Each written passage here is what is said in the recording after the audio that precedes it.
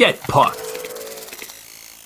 Hello and welcome to the Get Pucked podcast. Matt, Vito, Dave, Luca, the whole gang is back. How you guys doing? Great. Awesome. Fantastic. Awesome. Fantastic. Of course, after last night, game 3, massive win by the Habs. I'm sure all of us are completely living our best lives. That was a fantastic game. Luca, you were there. You were our boots on the ground. How was it? Tell us. It was insane to see.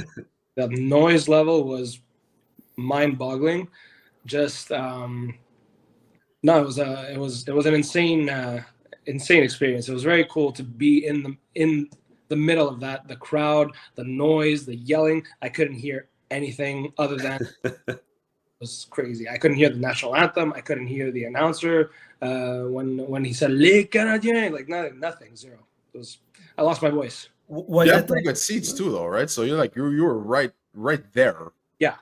I was like 5 or 6 rows up from the glass. Very lucky. I imagine you go to a lot of these Habs games. Is this one of the best games you've seen in person? Oh yeah, absolutely. Hands down. Growing up, I go to a lot of games. Like recently, I've been going to a lot more. Just this game, hands down, best game I've ever been to. Nice. My goodness. What an experience. Very lucky to have you there. We were getting some nice candid shots inside. We'll see if we can post them on our socials a little bit later. But on that, gentlemen, I want to start talking about the Canadiens. In particular, I want to dive right into, I think the entire fandom needs to give this guy an apology. Josh Anderson. Okay? Josh Anderson, my question is this about him. I'm going to throw it right to you right away. Is he just a player that's built for playoff hockey? Do you have to ignore the shortcomings and the expectations that are not met during the season if you knew that playoffs time, when that starts, season in, season out, this is the kind of guy you get? Do you think people would get off his back a lot more if they knew that this is the kind of guy that you get in the playoffs? Or would you and are you a little bit upset seeing this because you want this all year long? Why can't you get this Josh Anderson all year long? Start us off, Dave. I think you both could be true. I think you could still be upset, but realize what he is. And at the end of the day, this is what he is. He's a guy who performs in the playoffs, and there's been guys like this all throughout the NHL history, and you just kind of have to live with it. And I think that the Canadiens' problems, and it's not really, it wasn't their fault, because, you get this guy and you want to build around him and you want to put him into the lineup and see if he could produce. And, he's a guy who scored goals in the past and he's had good seasons, so you expect him to be good during the season. But I think at this point, he is what he is. And I think that as long as you know that, you could then shelter him and you could then build around him in order to move forward and build your teams accordingly, because he's a guy who's extremely valuable in the playoffs. And I think that you saw that last night, and I think you've seen it the whole series, really. Last night was accentuated because of the crowd. He was obviously on a whole other level, and he obviously feeds off the playoff atmosphere. So I absolutely think that it's fine. It's incredibly maddening, because when you see a guy play a game like he played last night, you're kind of just like, where's that all year round? But whatever, man. Some people just aren't built to be like that. Some people they are what they are. And, there's other situations where guys can just only score goals and only do this and only do that. You kind of just got to tailor your team and how it's built to what Josh Anderson is going forward. And I think that it's fine. I think that as fans, you could just, and he might surprise you in a regular season next year. If maybe he will pop up and the playoff Josh Anderson will pop up. But for the time being, what he brings to the playoffs is it's crazy. It's a crazy thing. We saw it in Columbus too. It's just what he is in the playoffs. So yeah, I'm okay with it. And I think as long as you build your team around it and don't have too many expectations, it's going to be fine. Right on. Luca, what do you think about it? You know what? At the beginning of the series, I kept thinking to myself, like, where was this guy during the regular season? But as the series goes on, I'm just thankful that he's on our team, to be honest. This guy is a monster. He's an absolute beast on the ice when it comes to playoffs. We wouldn't be where we are right now. We wouldn't have won last night if it wasn't for him. Absolutely not. Like, this guy, he was a big difference maker.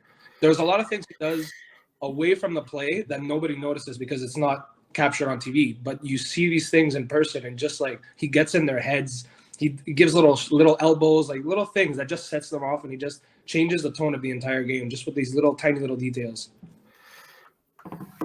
For sure. Well, that's 2 for 2 there. Vito, what do you think?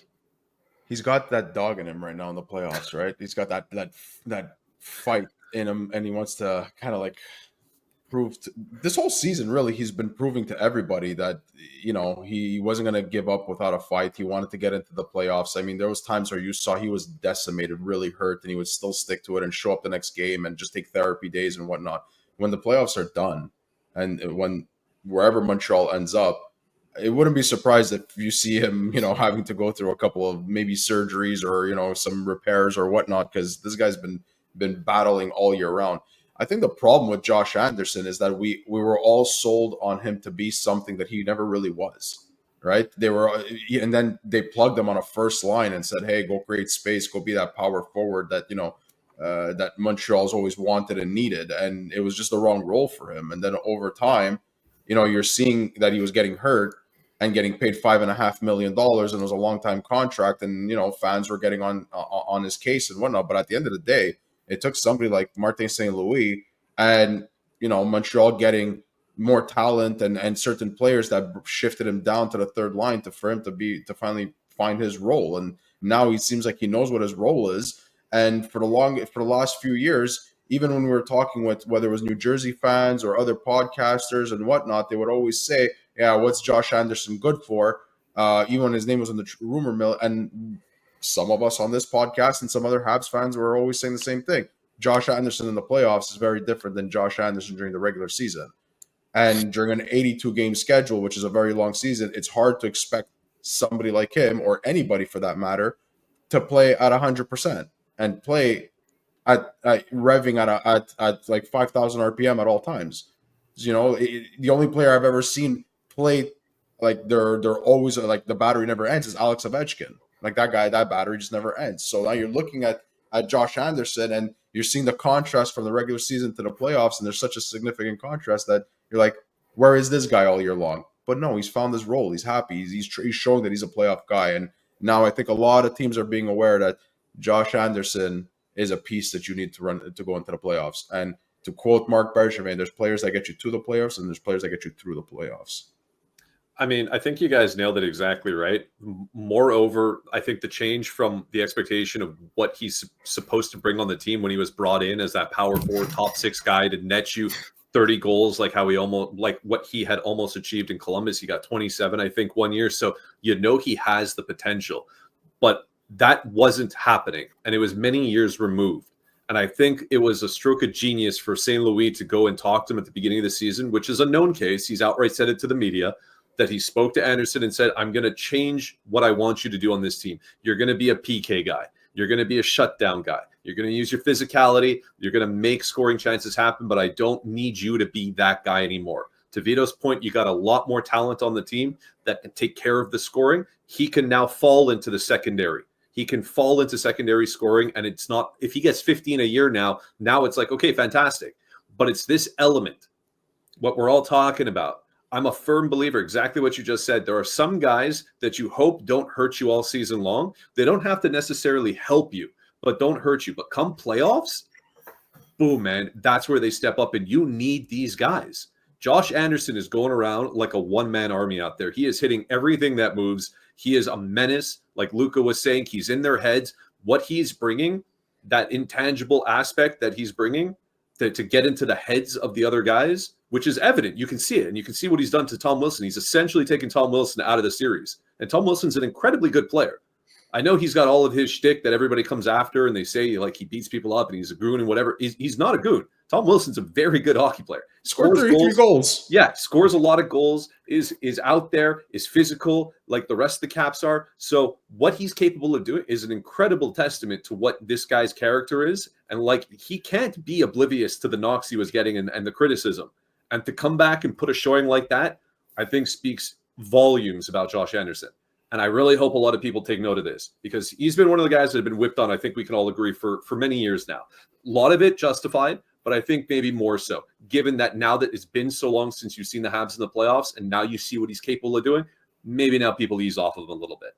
My 2 cents on it, I think we're generally speaking all in agreement. You would like to see this fit more, of course, during the season, but what have you. If it's here for playoff time, game in and game out, I'll take that all day, any day. He was definitely a battler this year too, so that's why. That's for me.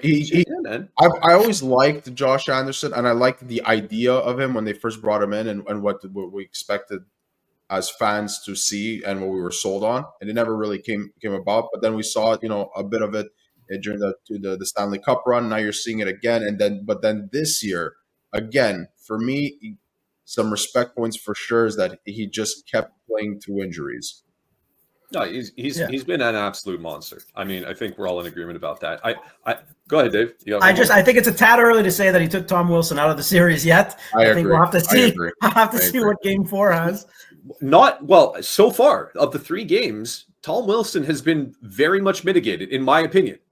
In my opinion, I feel like Tom Wilson could be that much more dangerous and that much more thorn in the side. And I think Josh Anderson has been doing a very good job of keeping him subdued. Now, I've been hearing things, and I don't want to get too much into it, that people are suggesting that Tom Wilson was told by doctors, you can't afford to fight anymore. You got too many concussions. One more might take you out. And he's shying away from it because you can tell. I would have thought Tom Wilson would have dropped the gloves already like 2 games ago. If it was regular season, probably. During the playoffs, seeing fights and all that stuff, it's rare. Man, it's hockey is. I mean, the rule book goes out and things get incredibly feisty and physical in playoffs. We all know that. And what has been happening to Tom Wilson, in particular that last game where Anderson literally fought him into a bench?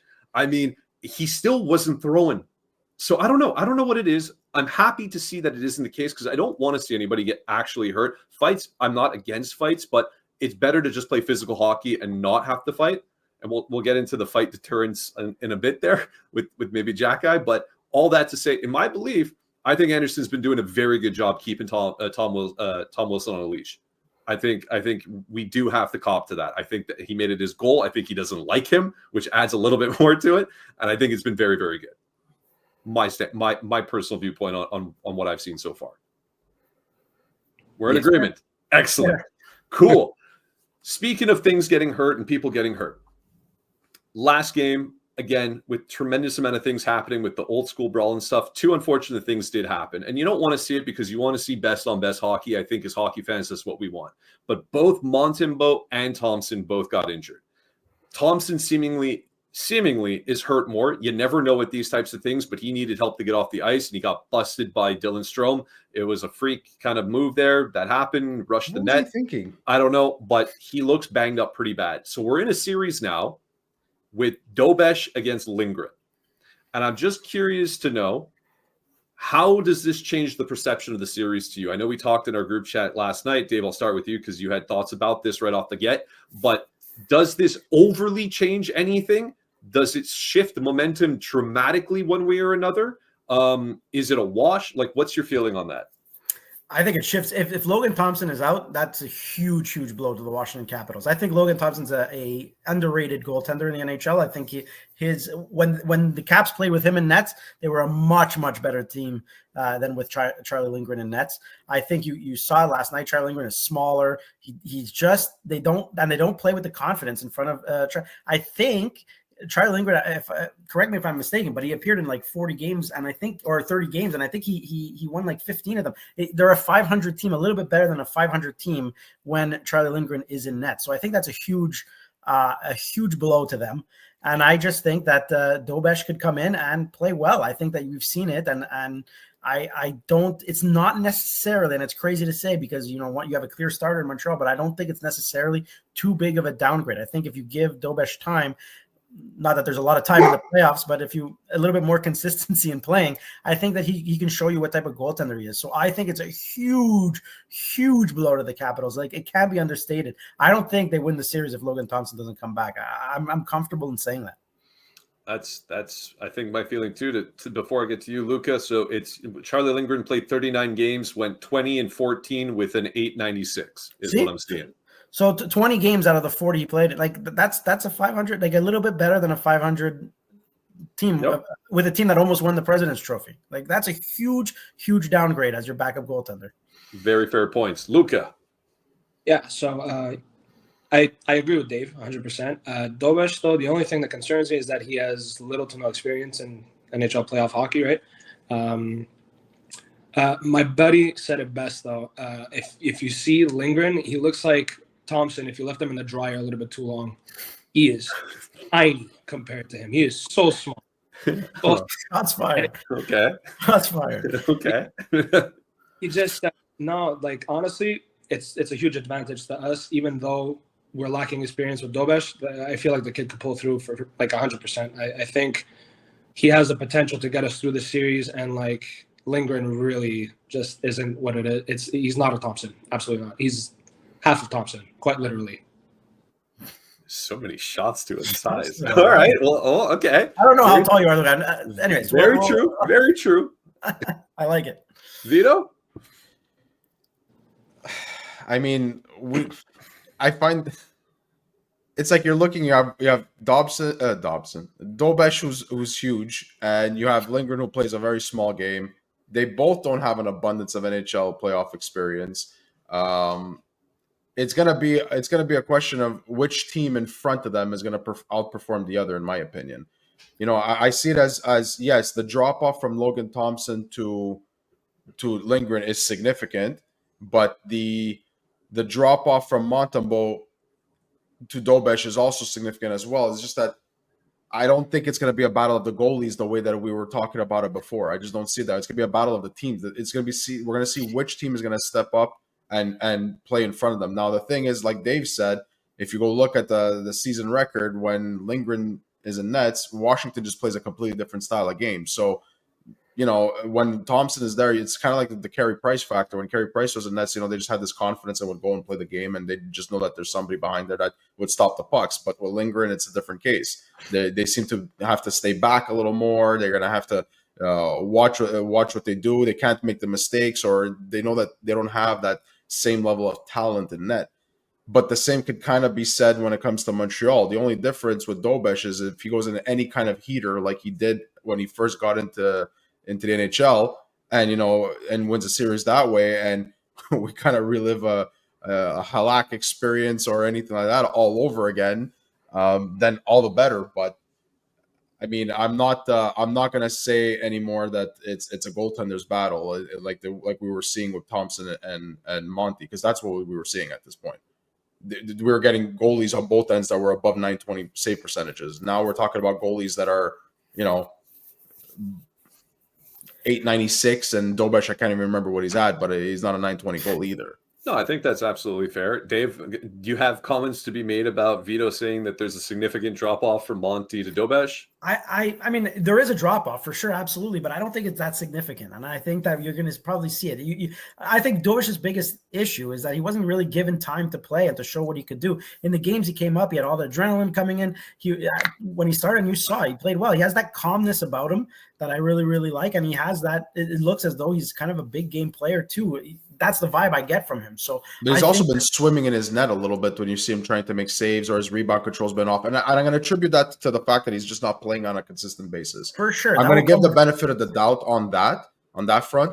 But at the same time, you know, the playoffs, it's a best of 7. It's whoever wins 4 first. We all know this. So he doesn't have the time to shake that rust off. For sure, but Lindgren is just such a huge downgrade. Logan Thompson was a problem, man. Like this guy, even the goals they scored yesterday, like bounce. One guy, it went off his own player and in. Even the goal, like Slaff's goal. I mean, technically, Slaff was putting it into the corner. If you slow it down and take a look at it, it bounces off of him. He's getting tackled by his own player at the time. Like They got not lucky, but like he had absolutely no chance on most of the goals scored against them. So I think Logan Thompson, if the series developed, would have been an actual problem for him. And you know what? You're right on that front. In fact, I was even getting a bit frustrated during the game because they were doing this. They were trying to score the same play on the power play, like when Thompson was in nets, that they do that Washington does with Ovechkin. Mm-hmm. So when you think of it, Logan Thompson practices against Ovechkin. He knows. He, like, if anything, his strength is on that side on the one time. Shoot from the opposite side. Shoot from his left, our right, let's say, when we're watching it from that perspective, and you're going to see the moment that they took a shot and left the shot from the right side, he had trouble saving it. Uh-huh. But when you're going to go on the left side where Caulfield or Laine was parked, it's like, okay, I practice against the best goal scorer in the world doing the exact same play. Ultimately, I think, and we're all saying pretty much the same thing, they're not the seasoned goalies that are supposed to be there. Both teams are taking a drop down, but I think you'd have to be crazy to suggest that the drop downs are even. I think from Thompson to Lindgren is a much bigger disparity of skill between the two of them versus Monty and Dobes. And Lindgren's been around. Don't think Lindgren's this rookie, right? He's been in the league now for many years. Dobes has that. To Luca's point, he kind of thinks the other way. He's like, yeah, he's young and it's his first playoffs, and I like that because he doesn't know what's at stake, and he doesn't know. I mean, I'm sure he feels nervous, but he doesn't have that kind of level of like year in and year out pressure of knowing what the expectations are. And I mean, rookie goalies coming in relief during the playoffs. I mean, that's got storybook ending kind of all over it. So who knows? But and Monty was playing so well, and I hope he's not injured. I really do. And if he comes back and takes over the net again, fine, no problem. But I'm not necessarily discouraged by the fact that we have Dobes in net. Not necessarily. It's not like you have, and I'm not here to knock on anybody, but like the Budais of the past or whatever, right? The Dustin Tokorskis, if we recall that. Budai was a good backup. No, but still, you understand, right? Carey Price to Budai is, you know what I'm talking about? No. That's what I'm saying. So we'll see what happens. Carey Price to Tokarski is significantly worse. That was, I don't even want to think about guys, here, hold on. Let me ask a quick question, right? If Monty is out, they're going to have to call up a goalie. It's Primo. They have to. It has to be Primo. It can't be Fowler. Why? That's because he doesn't have an NHL contract, not an NHL contract. So it must be Primo. But we'll see what happens. Very interesting to keep an eye on.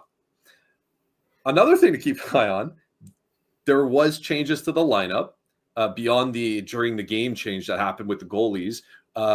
We had Laine come out with an upper body injury, and they put Kapanen in it. And I'm going to leave that to the side for the minute because I think a lot of speculation is still out there with the whole Laine thing. So I don't really get into that until we know a bit more. But Struble got taken out for Jackeye. People were clamoring for Jackeye after game one like it was nobody's business. The Caps came out and played an incredibly physical game one. They were beating the crap out of everybody on the ice, and everybody was screaming, you have to put Jackeye in game two, and he did not. Now, it was still a close enough game, but they lost that game too. They come back to Montreal, and sure enough, Jackye's in. If you look from a stat line perspective only, Jackeye was not a standout. He didn't hurt the team necessarily, but he didn't, oh my God, do anything crazy. So I'm curious to know, given how the game went, and now that we know the outcome, was the Jackeye effect, the fact that he was simply there, what people are suggesting and calling the Jackeye effect, was that in full force, or was it just a coincidence and he happened to be in the game, didn't really hurt, didn't really do anything, but it was the rest of the team that did something and played a higher level game? There was the Jackeye effect. Take that guy out of the equation. Please, Vito, tell us. No, but take that guy out of the equation, and then all of a sudden, you only have Josh Anderson from a physicality perspective. Even if stuff were to happen, and you took Anderson out of the play and whatnot, then there's nothing. It's a bunch of smaller players or players that are just not physically physical in general. The Jackeye effect, in my opinion, was definitely there. He didn't score goals or anything like that, but the fact that he was able to police the game, or at least you saw the players themselves just act differently with Jackeye there. They were celebrating before and cheering on Jackeye before the game even started and happy that he was there. Heck, even Josh Anderson said it at the end of the game that he just changes the way the team is able to compose themselves and act on the ice. And in general, he lifts them up in a certain way. There's a certain confidence that he brings in that they, there's the sheriff that's there. If there's something that happens, we've got support, we've got backup. But when you're getting players that are getting cross-checked to the face like Gallagher or hit like Caulfield was getting and whatnot, and nobody can really respond if they when push comes to shove, there's a problem there. So yes, the Jackeye effect is there, and maybe Dave's pulling the face and he probably doesn't believe it as much, but I That's a bad answer. Okay. I do. Like, you saw it. The whole team's different. Now, pluck him out and we'll see what happens again. But he has to stay. I think Marty St. Louis is obviously going to grow up as a coach, and he's going to learn things because he's a very young NHL coach. He's going to have to be situational. There's certain teams that you're going to have to put a bit more physical guys in that you're going to face against. And there's certain teams where, if they're playing a high-skilled Toronto Maple Leafs roster or a high-skilled Edmonton Oilers where you have Connor McDavid go, yeah, maybe you're not playing Jackeye. You're going to play another team, But when it comes to guys that teams like Washington came out of the gate and was trying to hit everything, and they're being physical and they're trying to dominate in that fashion, then no, you give you give a bit more physical edge that you could possibly give. Put Jackeye in. I don't agree that they took Struble out. Make that clear.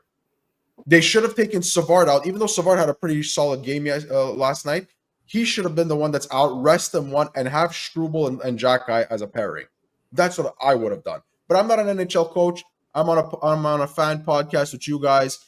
You asked my opinion, that's what it is. You are not an NHL coach. We can get into another podcast about that, whether you should be down the road. But, Luca, what are your feelings? Copy paste what Vito just said. Yeah, a little bit more. I know. Honestly, no, I noticed that. A huge difference. The players were taking riskier decisions. They were like a lot more like at ease. They were more, they were skating a little bit more looser. Like they weren't as tense as before. There weren't as many dirty cross checks to the face as the first two games. Washington was watching, like they were being a little bit more careful just by having this one guy in the lineup, and it made a huge difference, and you saw it. And I don't know who doesn't believe it, who believes it. I saw it. I believe it. I saw it firsthand. And it's insane how, like, they were just like so much more confident, so much more in your face. Like they weren't scared of Washington anymore. You think Washington players didn't know that if they went to cross-check Caulfield or Gallagher or anybody, and they're going to be like, "Oh, I got to do a Jackeye next." Come on, Tom Wilson punched Josh Anderson right in the face like a half period before. It didn't stop him from punching Josh Anderson after the play before. But he punched Josh Anderson. He didn't punch one of the small guys. That's the difference. Come on! You think that it's because that was the situation that he was in, man? Like it's not as if it's just.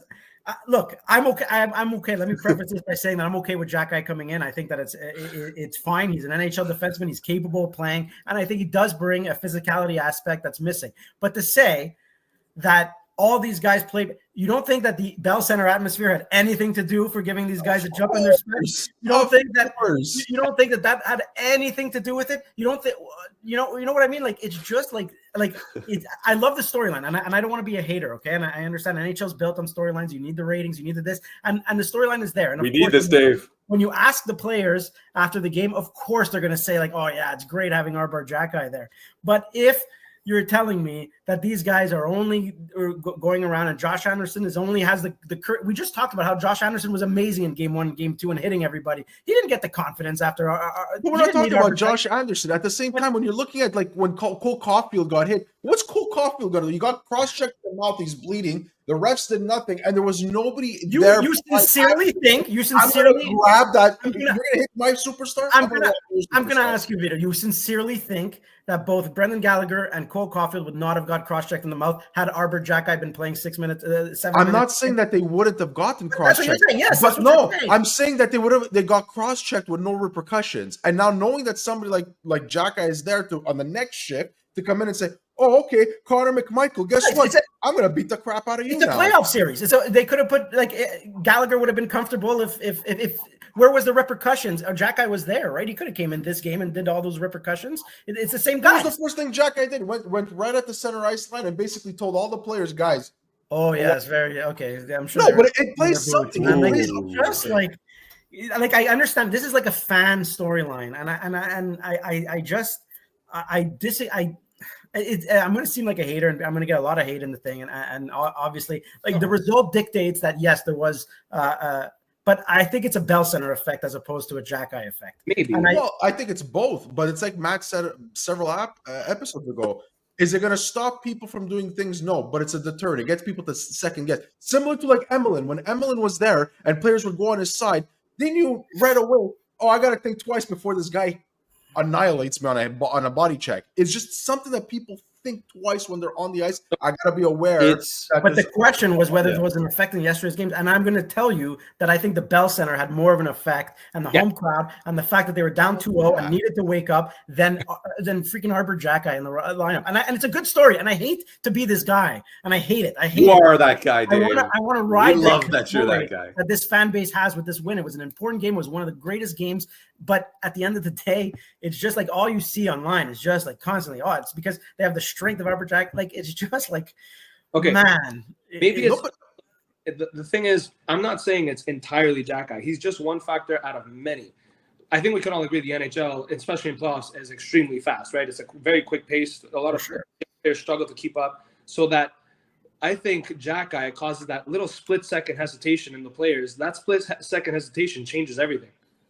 Like, they're not going to go for the cross-check immediately. They're going to think twice, and that gives them a little bit of more of an edge. Coupled with the Bell Center effect, coupled with Anderson being a little bit more, juiced up from the Bell Center, the noise, everything, all of that, all together. It was a perfect storm. Last night, It's You can't tell me no. It's ultimately, I guess because the narrative is being pushed so hard that it was the Jackeye effect that led to a win. I could side more with Dave on this one and say, from the game I saw, was he an element? I believe he was an element. There is an element. There's a different kind of energy when you know that 72 is in the game. I think that's fair to say. But I don't think it was the Jackeye effect that led to last night and what we saw. I think, to Dave's point, even so, it was the energy of the crowd. I think 100%, but that wasn't a question. No, It that was a wasn't question. No, but it was, because people are saying, and I mean, they're question. basically saying, like those that I'm reading here, which is fine. Fans are entitled to opinions. I'm not saying anybody's wrong, but just from what they're suggesting, the game played out the way it played out because Arber Xhekaj was in the lineup. And I don't think you can say that 100%. I think he had a factor, but I think the bigger of the factor was you had, for the first time in 8 years, playoff hockey in Montreal with fans in the building, and the city was rocking. And I think it jacked the players up, and I think they put forth their A game across the board all the way down the lineup, and that was there. Having Jackeye in the lineup maybe made them a little bit tougher. They felt they had a guy at their back, perhaps. But I don't think he's the element that made this level of change. I don't. I really don't. I think that this was, if anything, a tip of the chapeau to you, Habs fans. I think you guys were the bigger effect last night than Arber Xhekaj was. And I'm willing to be proven wrong, right? Like there's still 3 games minimum or 2 games minimum in this series left to go, and so I'm willing to sit here and say, like, okay, maybe I could be proven wrong. And Arber Xhekaj, like, the game completely shifts, and nobody lays a hand on the Habs players, and I think the series is going to shift a lot because of the Lindgren and Logan Thompson situation. But if it does shift, and I'm willing to admit I'm wrong. But well, if the physicality changes, like it's yes, yeah, sure. Yeah, if the physicality changes and if it carries over into Washington, if Washington plays like they played last night in Washington, when they get back to Washington, if the series is tied 2-2 or if the series is 3-1, whatever it might be, if they play like this, then you know what? I got to sit back and say, you know what? Maybe they are legitimately just not. They're more timid. They're afraid to throw their bodies because this guy might come and take their heads off. Maybe, I don't know. But until we get to that point, I think yesterday really the fuel wasn't that, well, we got Arber, guys, it's time to get loose. Maybe a touch, but I think it was more the deafening noise of this city going insane. Okay, like, we always know that the Bell Center plays a big factor in the playoffs. That's why the expression is that they're basically the Bell Center itself and all the fans are like the 6th player on the ice. You know what I mean? Like that to me was implied. I was solely focused on Jackeye and his effect on the team. Yeah. Was it because of Jackeye that they won? No. For me, it's a fact. It's more about it's because Jackeye's there. Also Anderson, and the size goes up. All the players got to puff up their chests a little bit more, feel a little bit more at ease, that if someone goes and cross-checks in the mouth again, then I know, I'm thinking as a player, I know that my teammate Jackeye is going to, the next shift or whatever's going to handle it. Now, you saw at a point, you saw it during the game, Jackeye was starting to let loose a little bit, and it took Marty St. Louis or a conversation on the bench that kind of reined it in. I think the conversation had something to be more like, don't go for the fight. You want to be physical? Walk that line. Don't push it too far. We're not the regular season. Something along those lines. But it acted as a deterrent. It got people, like Lucas said, the players to think for a split second, same way as Emelin back in the day when he was there. And it's just a physicality aspect that if you're going to do something, it will come with consequences. And that's where I think other players that were having their way with Montreal in games 1 and 2, all of a sudden looked and said, okay, there's something there. There's another element. There's a guy who's got a reputation across the league as being one of the toughest guys in the league. There's something there. I think possible. we'll have to see game 4 and 5 because yesterday the Capitals first off came out shell shocked just right off the gate. Like they had 17 turnovers. They were just awful in every aspect of the game yesterday. So I'm just interested in seeing what happens now that they've adjusted. They'll make their adjustments, and let's see what happens in game 4. Let's see what happens in game 5. And as a final thought, and like you mentioned, them coming out shell shocked, have you guys ever experienced a game where the national anthems were delayed while Michel Lacroix is about to say, ladies and gentlemen, please get right? He stops talking because the fans were going insane. Have you ever witnessed that in a game before? I didn't even know that. I don't think it does happen. That happened, and I'm watching it at home, and I'm like looking over, and I'm like, I can't believe this is happening. I gotta say, yesterday was very loud. It was very fun to see. I still think the loudest I've ever heard the Bell Center at a playoff game. I was there was when it was a few years back when Montreal was facing Boston, and they brought it to Game 7. That was a big one. Mm-hmm. I remember I was there. That was deafening. Yeah, that was a big one too. You mentioned Michel Lacroix, though. He is the best at the pregnant pauses. Like he's so good at judging and just leaving it hang there. Like he knows he's so good at reading that moment, and that's what makes him the best PA announcer in the NHL. Yeah, man. I said that right away out the gate too. I said it's so amazing that he recognized that moment and stopped talking to let the fans have it, because this was like hockey in Montreal is just. It's meant to be, guys. And I know it's a Habs podcast, and I know if you're listening to us, you're probably a Habs fan. You're like, yeah. But the occasional one or two of you that aren't Habs fans, and you're like, oh, whatever. Guys, I'm sorry. Every fan base is great. You guys have your fans out there, and they all cheer and they all go nuts. There is nothing that compares, I would argue, in North American sports to hockey, playoff hockey in Montreal. And last night was a testament to that. And I'm so happy that the entire hockey world got to witness that. All the social media, all the talking heads, all the former players, they were all out there saying, you guys have to go turn on this Washington-Montreal game. And I don't know how many people had that thought in their head prior to this series starting, that you should go watch. This is must-see hockey. Montreal, Washington.